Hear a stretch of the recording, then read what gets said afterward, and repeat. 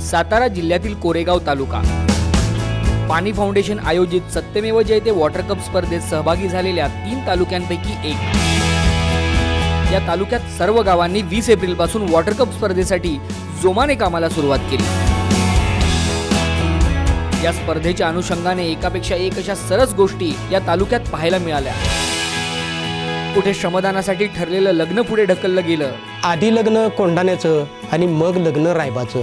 मग त्याच उक्तीप्रमाणे आम्ही ठरवलं की अगोदर लग्न जलशिवारचं आणि मग लग्न आपल्या कन्येचं प्रियांकाचं।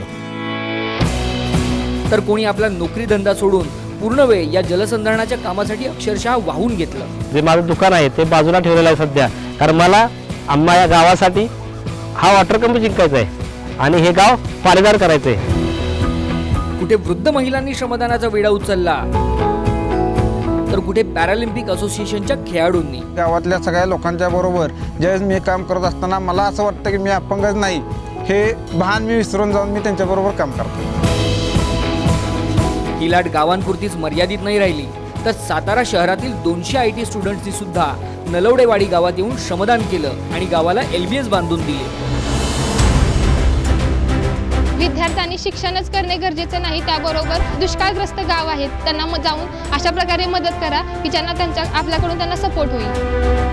कणेरखेड गावाने एका नव्या परंपरेचा स्वीकार केला आणि गावातल्या महिलांनी पुरुषांपेक्षा 2 पावलं पुढे टाकून श्रमदानाची एक मोठी चळवळ निर्माण केली। सुरुवातीला अगदी थोड्याशाच बायका येत होत्या, परंतु नंतर मग त्यांना सुद्धा असं वाटायला लागलं की बाबा ह्या जात आहेत, ह्या काहीतरी समाजासाठी चांगलं काम करतायत, तर आपण का नाही करू।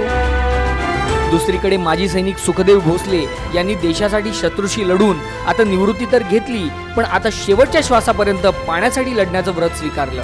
आमचं BSFचं जे ब्रीदवाक्य होतं ड्युटी अनटू डेथ, तर आता माझं हे उद्देश आहे की जीवनाच्या शेवटच्या श्वासापर्यंत पाण्यासाठीच मी काम करेन। श्रमदानातून कित्येक विक्रम प्रस्थापित केले गेले। न्हावी बुद्रुक गावात फक्त 2 तासात तब्बल 55 LBS बांधले गेले, तर जाय गावात 2 तासात चक्क 200 CCT बांधून झाले।